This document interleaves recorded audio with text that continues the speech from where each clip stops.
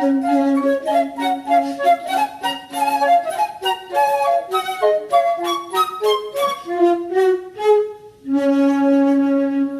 very good evening to everyone present here tonight. My name is Brian and I will be your host for tonight. On behalf of the JPO family, we'd like to extend a warm welcome to everyone tuning in for today's broadcast. We hope that everyone is doing well and staying safe indoors. A friendly reminder to maintain good hygiene at all times and maintain social distancing when heading out. As we'd like to continue improving your experience with us, please help us achieve this by completing the poll that will be published during this broadcast.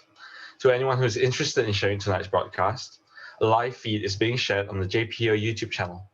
If you have any questions that you'd like to ask, please feel free to type them out in the Q&A section down below. For those of you joining us on YouTube, please type your questions down in the live chat down below. A recording of the webinar will also be uploaded onto the YouTube channel.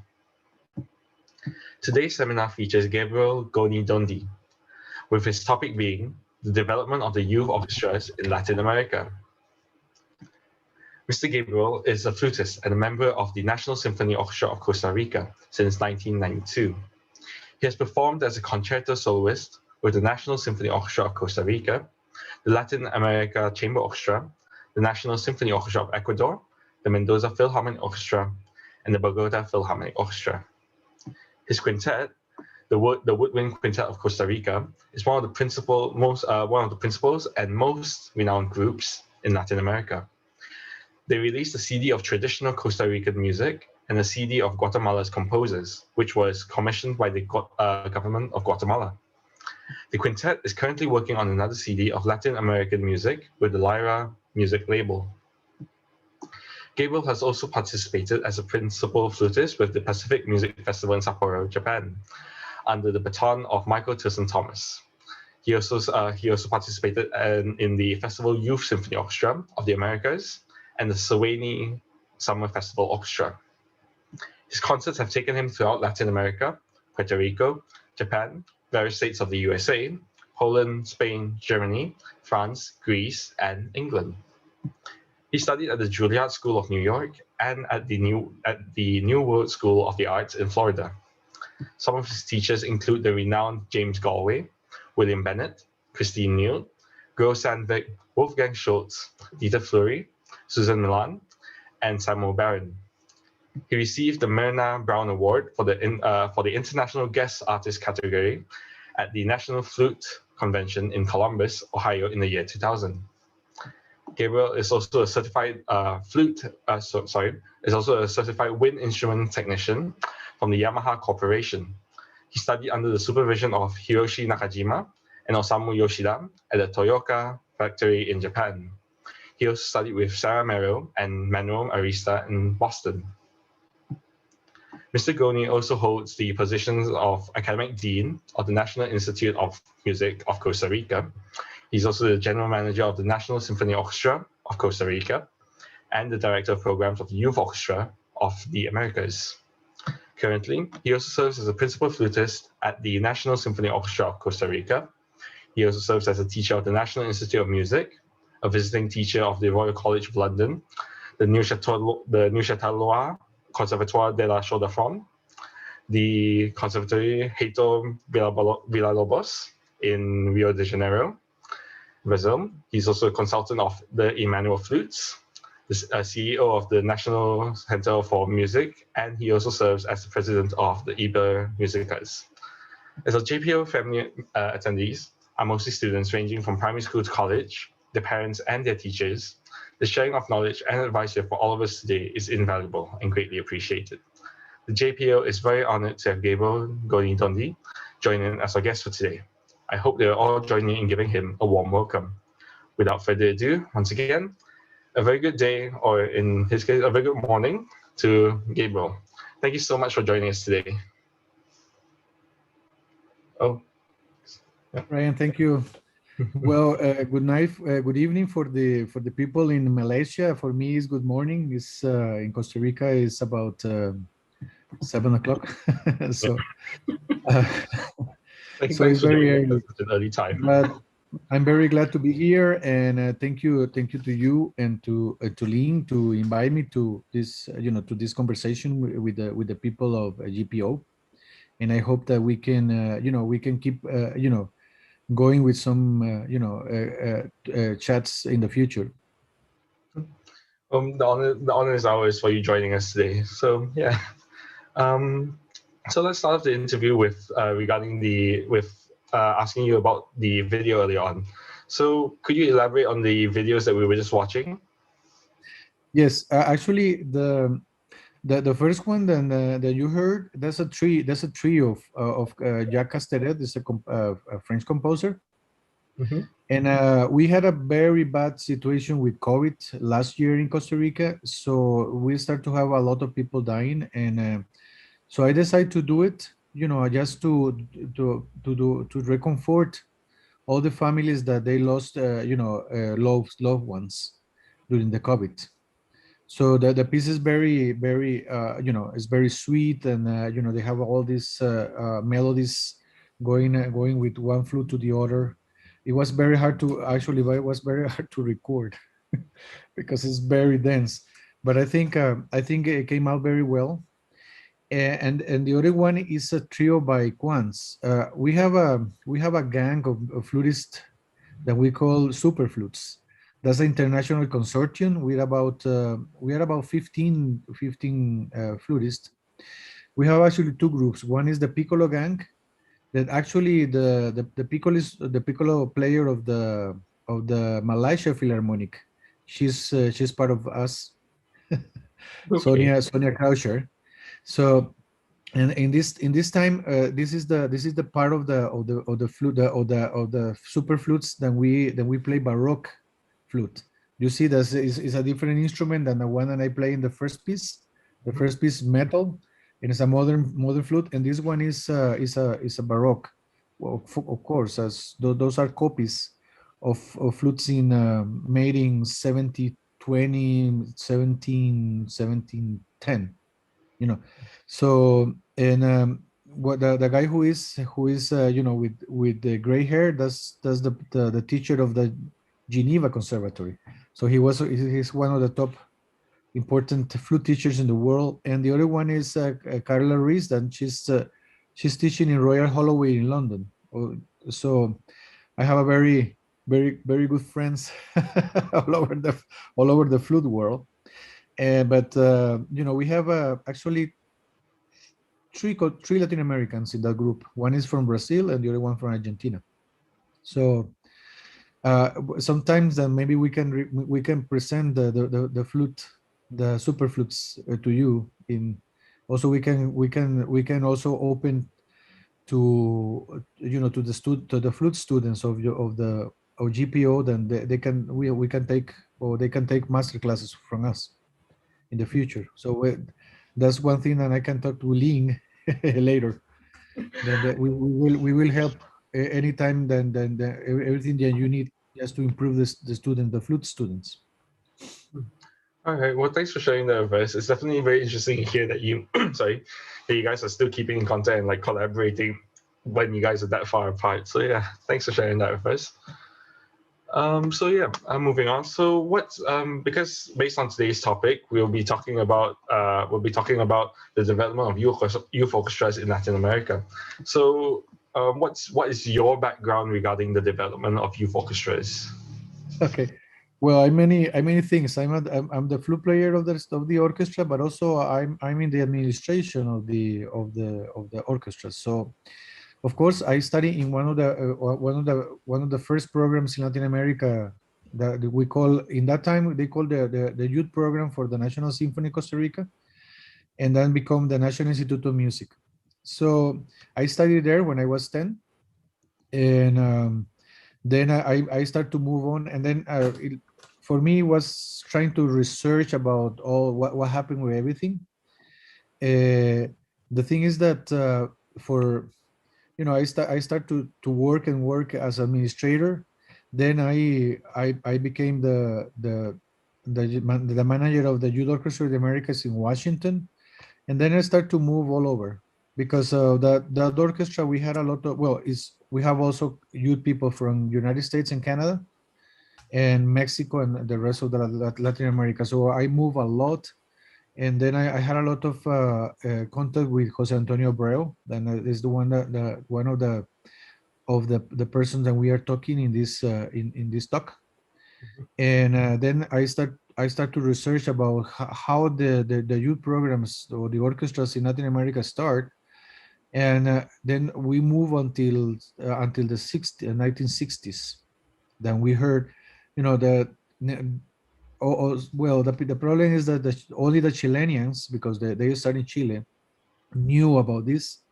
Because you know, unfortunately, the person who was developing the youth orchestras in Chile, he was killed. And so everything stopped in the 70s in Chile, and then we move on. I will explain it later. So my background is mostly the things that I want to study and be contact with the rest of the countries. And I'm also the president of Ibermusicas. Ibermusicas is not the youth program orchestras. Is the big institution with all the governments cooperate in order to improve the musics. I'm talking about everything. You know, maybe you heard about salsa and merengue from Latin America, and tango from Argentina. You know, that intergovernmental institution is working in that, just promoting all the Latin American music, also the academic and the popular ones. But that's also helped me just to move on all over Latin America, just to study some of the youth programs and the rest of the stuff. So I was moving around. Hmm. All right. Well, thanks for sharing that part. Thanks for sharing your background with us. So you did mention earlier on a bit about about the starting of the development of youth orchestras in Latin America. So could you elaborate a bit more? So when and where was the first youth orchestra program in Latin America? Yes, the first orchestra started in La Serena. That's a part of Chile, and this guy who is showing us is Jose Peña. Jose Peña is the person who decided to open the first youth orchestra in Latin America. That's in 1964, and he did it in La Serena. La Serena is a town in the north part of Chile, and it's kind of it's almost next to the Acatama Desert. So this pictures that I show you that's the first orchestra in 1964. He was very successful in developing that, and he did it until in 1973. Then he was killed. You know, there's a lot of political problems in Latin America during the 70s, especially the people who didn't want to have communism or socialism in the countries. So they made a government strike, and they the problem that this orchestra, actually the picture that is showing now, they went to Cuba for a concert just a few months early, you know, before the strike. So he was persecuting, and he was killed. So everything finished in Chile because of that killing. So the youth orchestra disappeared for a while. But this is the first one. Then they already start. So, and Jose Peña is you know, one of the persons who we in Latin America know that he's the founder of the youth orchestras, or the father of the youth orchestras of Latin America. Hmm. Okay, so because like you mentioned, he is the father of youth orchestras in Latin America. So who actually did manage to follow in his footsteps in the rest of the continent? It's very funny because we thought, you know, for many years in the international community, they thought it was Venezuela, but it really was Costa Rica.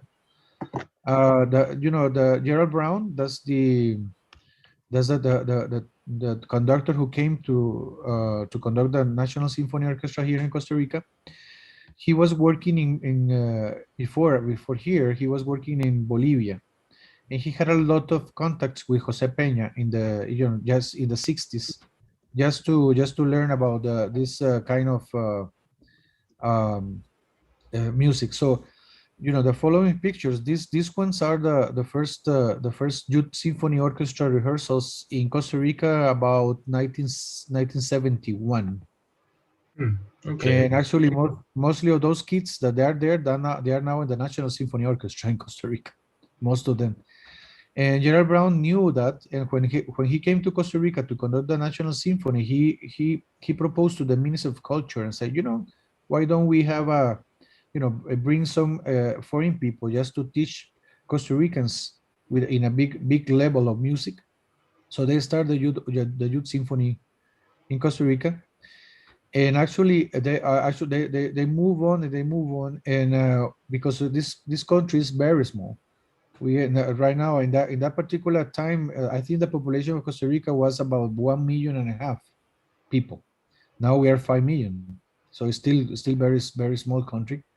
And they developed just the youth program now, the National Institute of Music, and just the institute we have around 1,000 students.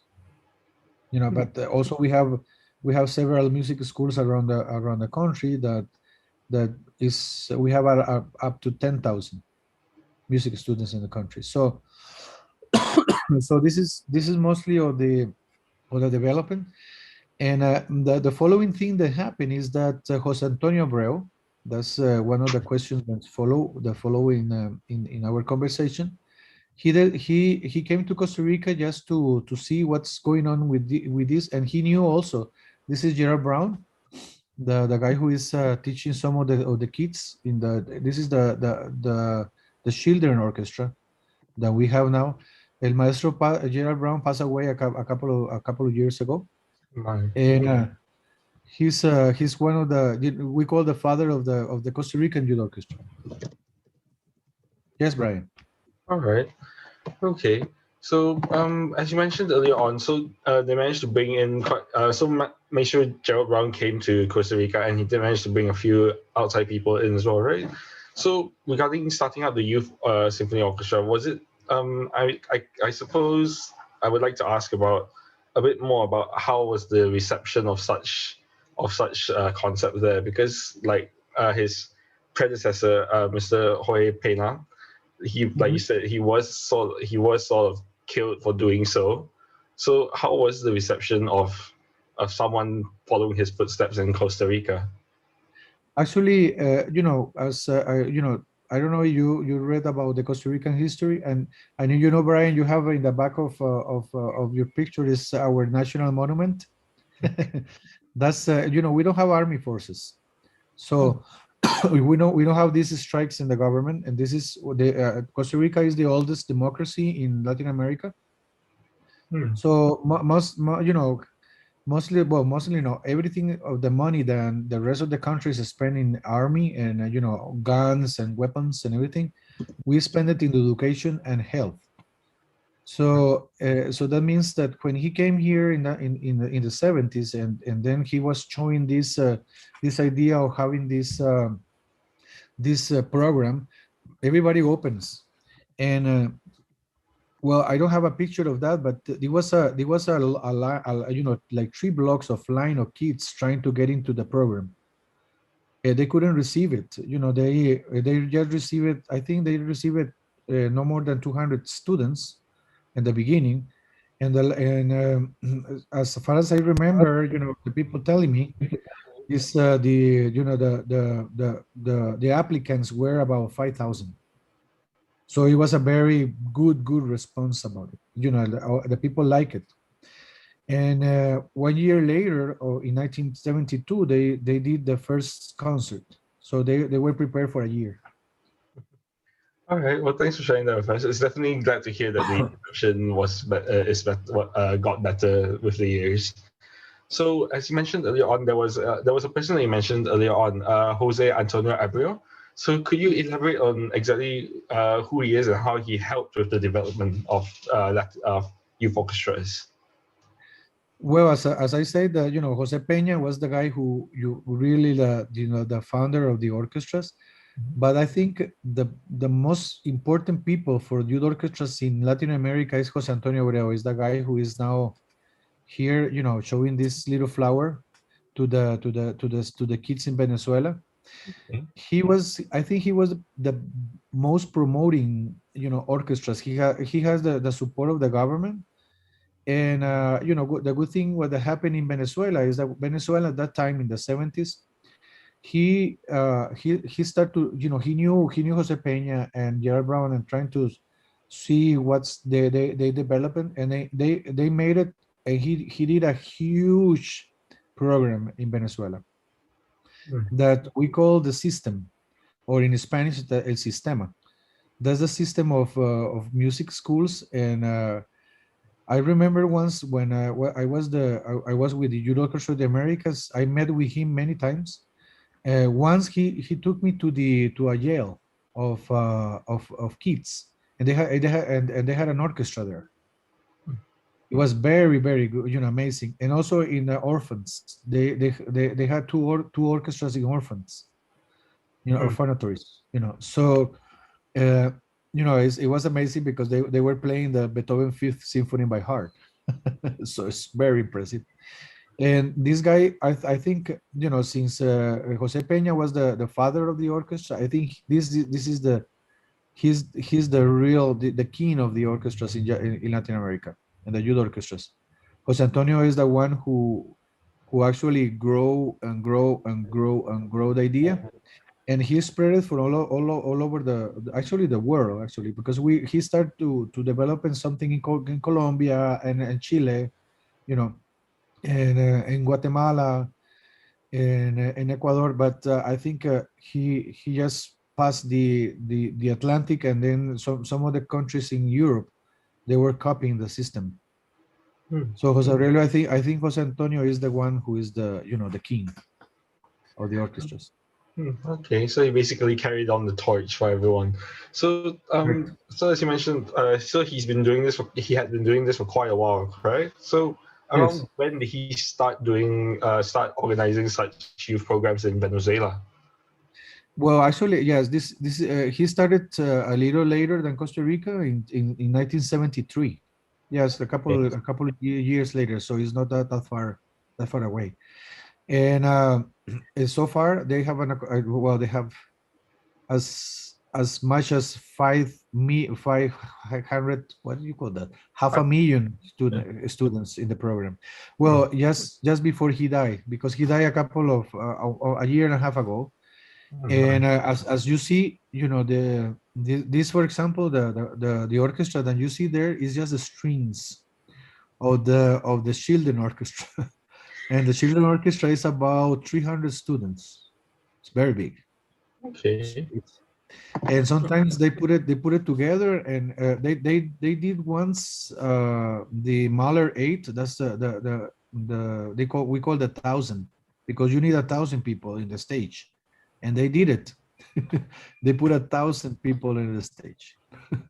Okay. Like musicians and singers. So I think so. It's very impressive.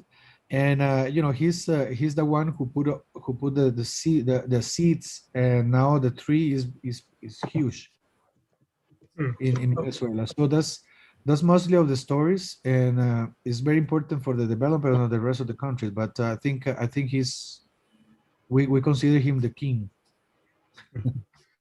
All right. Well, it's definitely interesting to hear that all of you hold him in such high regard. So yeah, thanks for sharing that with us. I would just like to, before we continue on forward, I would just like to remind our audience to, if you have any questions for Mr. Gabriel, you can leave them in the Q&A section for those of you on Zoom. And for those of you on YouTube, you can leave your questions down in the live chat of YouTube. So yeah, so moving on, as you mentioned earlier on that Mr. Jose Antonio managed to spread his influence to many different countries, correct? So, yes, correct. So how many countries within Latin America alone now have youth orchestras? Well, actually, I think all the countries had a youth program. It could be very small and very big. Okay, so so that's like so all the 33 countries. So because I just quickly looked at, you have 33 countries within Latin America alone. So you're saying that all of them would have youth orchestras thanks to all their efforts now? Yes, yes. For example, the Chile, they have a foundation that now this is about. I think Chile is think the big one because they might be have about 20,000 students. It's very big and Wow. it's very impressive. And some countries like El Salvador, that's very small, and but they still have it. And also Guatemala, and there is a programming in Colombia they call batuta, like batoon. They Okay. that's a big one. And also they have a youth philharmonic that is sponsored by the Vivienda Bank.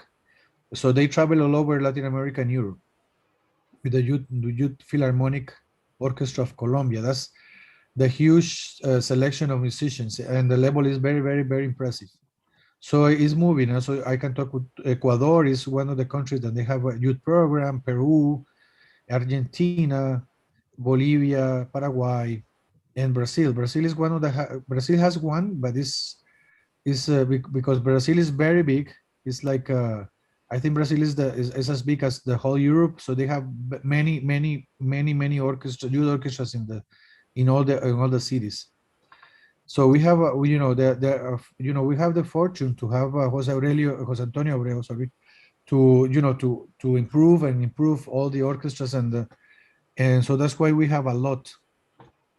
Thanks, I think thanks to him and as I said, he's the king of the youth orchestras. And we had also a youth orchestra of the Americas that it was based in Washington D.C. Then we included American, North American people like Canada, United States, and also we have a Central American orchestra that is not working anymore, but we have also that orchestra working for 5 or 6 years with people from Guatemala and Honduras, Salvador, the Central American part, and also the South American we call Mercosur Youth Orchestra. So just for the south part of South America. So it's the movement is very very very very big now with orchestras. Well, it's definitely. Well, Sorry. mhm. Sorry, you were No, saying? no, no, with the pandemic. The pandemic, Yeah. everything is closed. But yeah, so Yeah, fair enough. Well, it's definitely very interesting, but it's definitely very good to hear that it's come such a long way since the '60s. So yeah, thanks for sharing all that with us. so So it's about 50 years. It's almost 60 years of youth orchestras in Latin America. yes, definitely. So, in your opinion, why is it very important to have such programs for the kids, and why is it important for society itself to have music programs?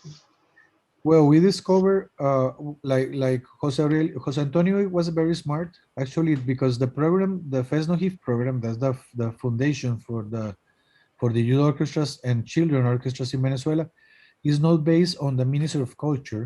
Is based on the Ministry of Health because he convinced the government that if you study music is very good for your health in many ways.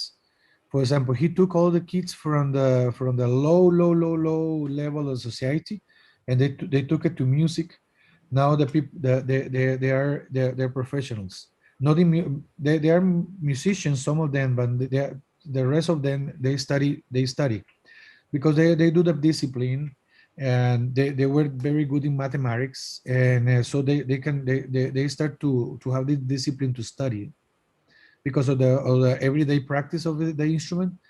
He just moved that practice into studies like business or engineering or etc. So that's why that was one of the part of the success of the program. In some of the countries, for example, in Costa Rica, this program belongs to the Ministry of Culture, but we are also in the same way. The people are trying to put the kids in these programs just for discipline, for practicing, and some of them are really good in mathematics and science. So that's very important, you know. Mhm. Yeah, So that I think is very very very important. Perhaps in is the same situation with GPO. Yes, kids are really really going into the discipline of practice. hmm. Well, some of them, you know. Yeah, fair enough. Well, it's definitely good to hear your point of view on why it's so important to have such programs. So yeah, thanks for sharing that with us. I'm sure quite a few of our members can share the same views as you on that. I would just like to add in one more question regarding this, regarding the situation with the pandemic and everything. So, because as you mentioned, you are involved with a number of youth orchestra programs, correct? Mhm. How have you and the other members of the program been maintaining the program amidst the pandemic? Because I suppose you guys can't come together in person to practice and such, can you? Yeah, it was a challenge. Yeah. It was a challenge. Actually, you know, well, first of all, you know, they decide what to do with the teaching because they have to teach, like a private teaching of the instrument. So we start to try to see, you know, first of all by Zoom and all these platforms like Jitsi Meet and Google, and it was really hard because sometimes just for teaching is the delay, and then we start to see if we can do a rehearsal by Zoom. It was a mess because of the delay. So people, playing, and it was like a disaster. So it actually is still a challenge, and it depends on the country. But in Costa Rica, for example, the we are just open for presence. So we have a special distance about 2 meters from the wings and a meter and a half from strings. The strings they have to have they have to cover, with mask. The wings are separated 2 meters each other, so you will see the orchestra is very spread around. And but in the beginning was kind of crazy. In the I don't know what you did for the rehearsals. But here the conductors decide to do homework, so they have to practice, and they have to send the video to the conductor to see if the people were practicing the part. For example, they were playing Tchaikovsky, Fourth Symphony, and everybody has to play the part for the conductor.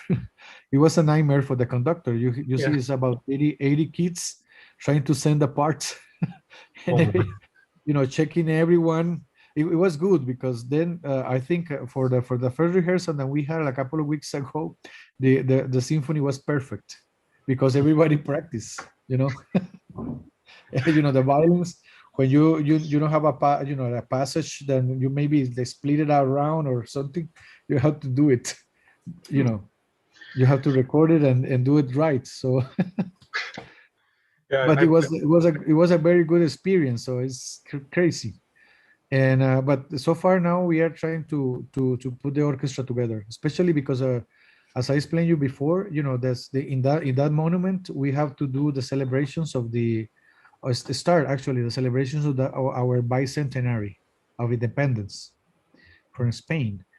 And we started the April 15th. That's the date that we started, and we ended in September. That's the September 15th as the date of the independence.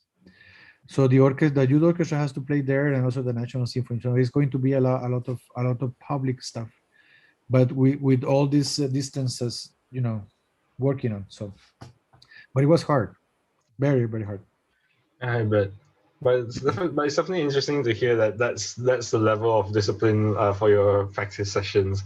But it's also definitely good to hear that you guys are that everyone that is starting to the situation with the pandemic that is starting to get better. So you guys are actually able to have physical in-person rehearsals now. So yeah, that's good. That's it's how to say. I'm glad that it's getting better for you over there.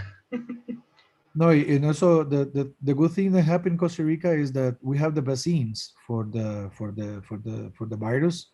Okay. We almost I think there is almost 10% of the population vaccinated, with the shots. Well, we are 5 million people. I think we are maybe one neighborhood of Kuala Lumpur. I think because 5 million people is just it's just nothing for a big country.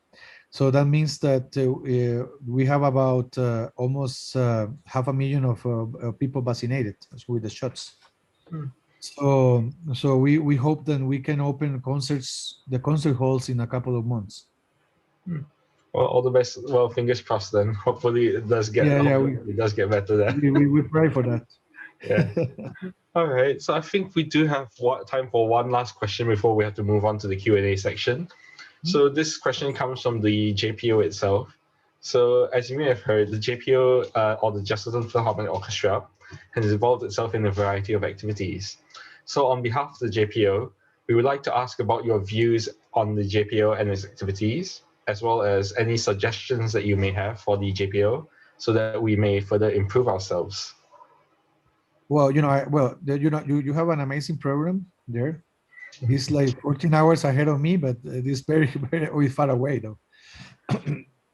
But I think it's, as I said before, our Latin American experience tell us that studying music is very important for the kids. It's not only for just to become a musician, a professional musician. That's one of the goals. But many of them, they are not going to be musicians, but they are going to be very good professionals with a very good discipline, and so music is very important. It's just as I said before, people who study music and solfege, and they became very good in mathematics because they learn how to read. And also when you read music, this is an abstract language that we have, and that's very important for advanced mathematics like calculus and everything, and algebra. So I always encourage the parents to enroll the kids in music, just for learning the discipline and also those things. And I think you're doing a very good movement in Malaysia, especially when you have a lot of outgoing concerts, and you move. That's a very important thing. Our orchestra here, well, the country is very small, but we always prepare tours to all the small cities and towns, so they can have this connection with music. And also it helps the music schools that we have in some of the cities and the towns, and so the people just going to enroll and study. So my suggestion, I think is keeping going with the thing that you're doing. I think it's very important for the country and for the kids.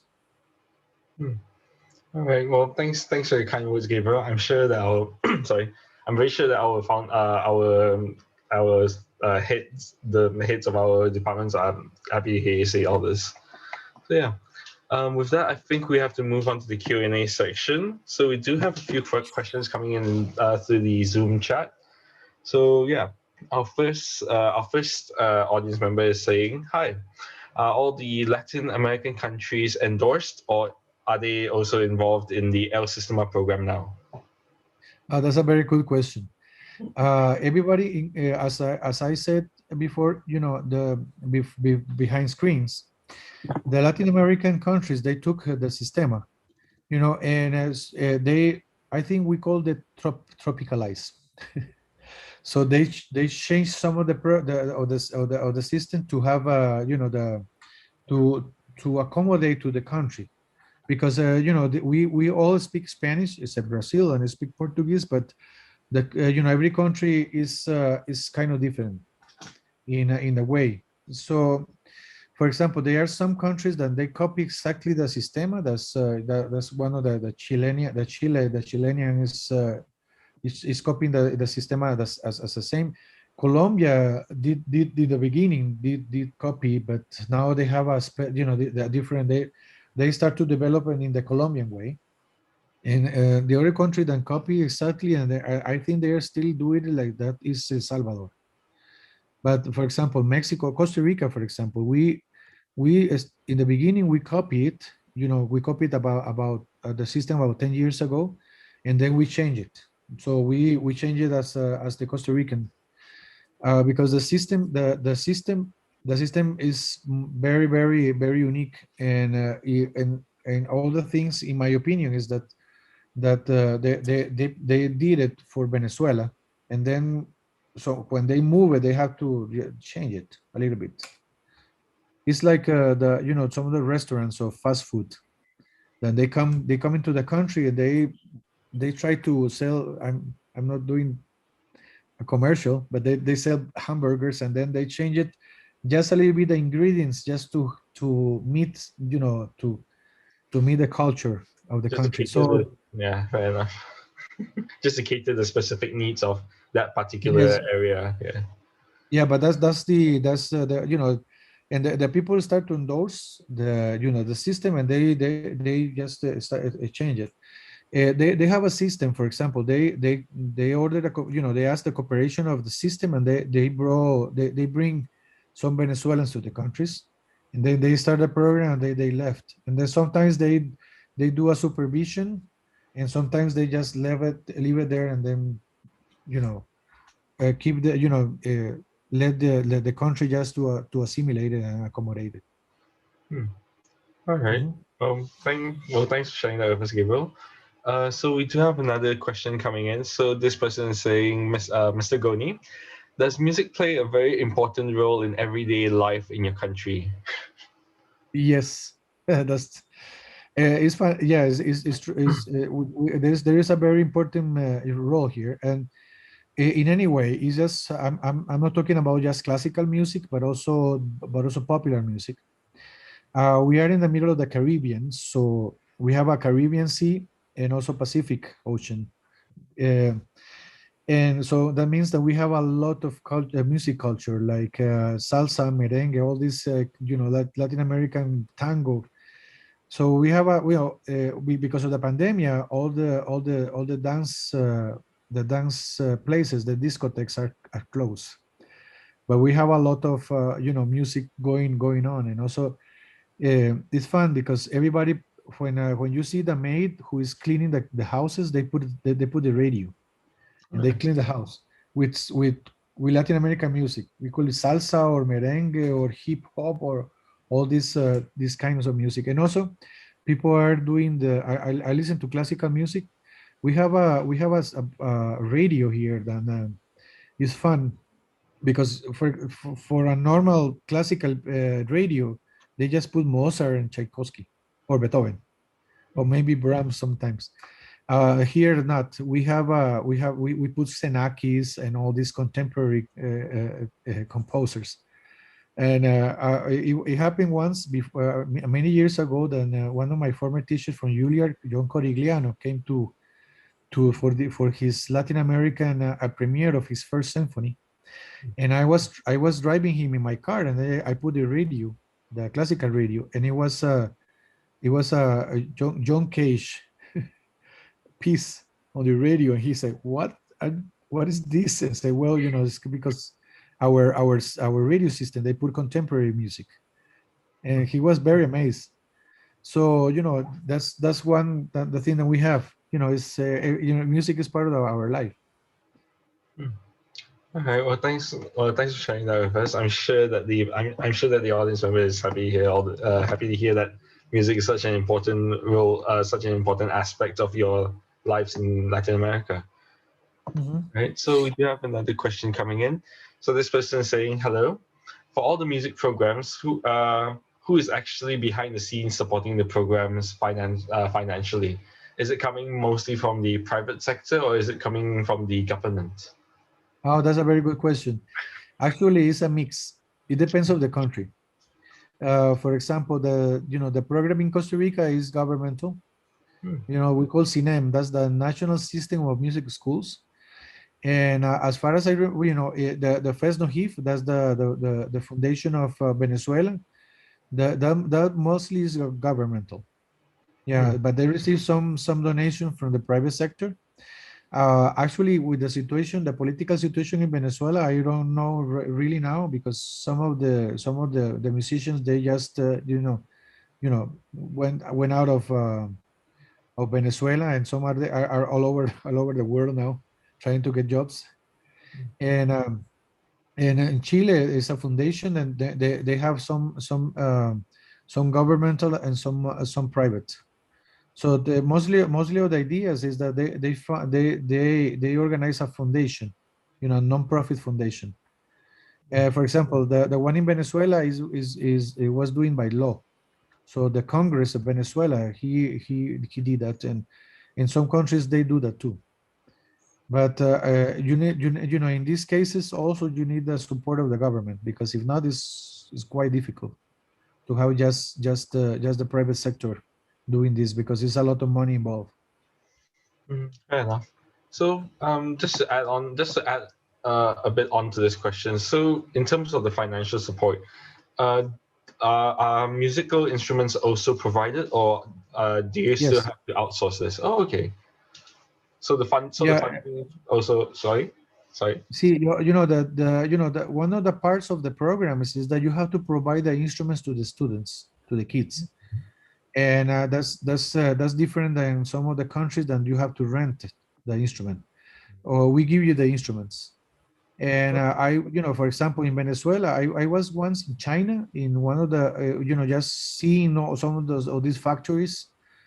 And I was amazed, because there was a one part of the factory that they were doing all the production of 1 year just to Venezuela.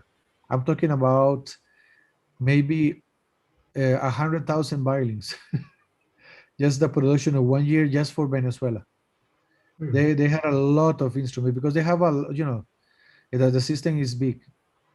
But and then that's the encourage you have to learn the instrument, so you don't have to have money to learn music.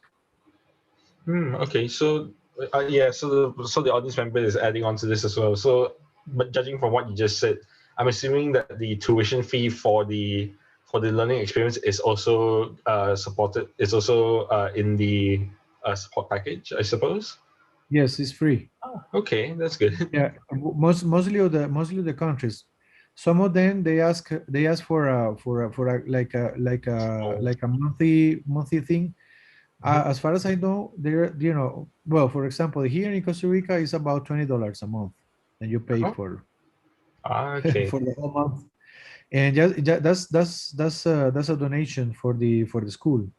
So Okay. you give to the school $20 a month. That's nothing, It's, Fair and enough. also, for example, the National Institute of Music here in Costa Rica, the tuition for the bachelor degree is about $400 a year, or $500 a year. Mine. That's No, actually, yeah. it's free. So you can have a bachelor degree of music for $500 a year. So that means that you have 4 years of studies. Oh, sorry, it's about $2,000. That's the tuition for a bachelor degree. Okay. So Well, yeah. thanks for sharing that with us. I'm sure the audience member is satisfied with your answer there. Oh, So you want to come to study here? No problem. maybe maybe after your short pitch over there, they might actually want to. All right, let's see. So we do have a few more questions. I think we'll have time to finish off these last two. So this person is saying, "Hi, I'm quite curious to find out about this. Do the youth musicians need? Oh wait, so that's about the same question. So do they need to pay to follow the program? So you did answer that early on. Yeah. Yeah, So yeah. just to add on, so the next one is coming also from one of our audience members. So they're saying, do you know what are the requirements needed for someone to start or adapt the El Sistema? Yeah, you have to write to FESNOHIF. So you can go online and put FESNOHIF. I'm going to write it in the panel. FESNOHIF. That's the system in Venezuela. FESNOHIF. So you can then show you later there. that's the you put there in the Google, and they show the page of the youth system of orchestras in Venezuela. Then you can write there. Before I can, I could give you the email of Jose Antonio Abreu, but since he passed away a year and a half ago, we are not sure who is in charge of the head of the system, because before we was four people who were Jose Antonio Abreu assistants, but but they can write there, and then they can follow, they can ask, because some rules. For example, they have to visit you, and they give you all these papers, and you have to, that's a financial thing, because you have to pay for that, for all the system. It's like a software installation, that you can order a software, something like that. You have to hire the systems. All right. Well, thanks for sharing that with us. I'm sure the audience will be able to look it up on their own, thanks to your guidance there. So yeah, I think with that we do have to end tonight's program. We are coming close to the end already. So yeah, thank you once again. Thank you so much for joining us, Gabriel, and thank you so much for all your responses. Sorry everyone, but we Good. are coming. Thank you. Sorry everyone, but we are coming to the end of tonight's broadcast. So we would like to remind everyone that our JPO family program will be broadcasted twice a week until further notice. So join us next time with our next guest, who will be revealed at a later date. More details on this can be found on our Facebook page. And a video recording of tonight's broadcast will also be available on the YouTube channel, along with the past webinars and the soon-to-be broadcasted interviews. So feel free to share the Zoom webinar registration link, the JPO YouTube channel, or even the JPO Facebook page with your friends and family. For our YouTube audience, if you are enjoying our program, please show your support to us by pressing the like and subscribe button down below. You guys have been an amazing audience, and we from the JPO family wishes that everyone stays safe and healthy as we continue to face this crisis together. With that, I will now be leading the prayer to end tonight's program. So please pray in whatever faith you believe in regarding the COVID-19 pandemic. We pray that everyone in the world continues to stay strong in surviving through these difficult times, and that a solution to the virus will soon be found. We also pray that everyone maintains their vigilance as certain parts of the world are starting to open up. We pray that governments across the world continue to improve upon their efforts and decision making so as to protect their people and curb the spread of the virus. We pray for the safety and well-being of everyone working as we are about to enter the month of April, and as parts of the world continue to face new surges of cases. We pray for the continued safety and morale of the frontliners who are risking their lives so that they may continue to provide for those in need. That concludes our program. So once again, thank you, Gabriel, for joining us, and thank you to the audience. Good night, and we hope to see you all again next time. See you. Yes, and keep doing with music.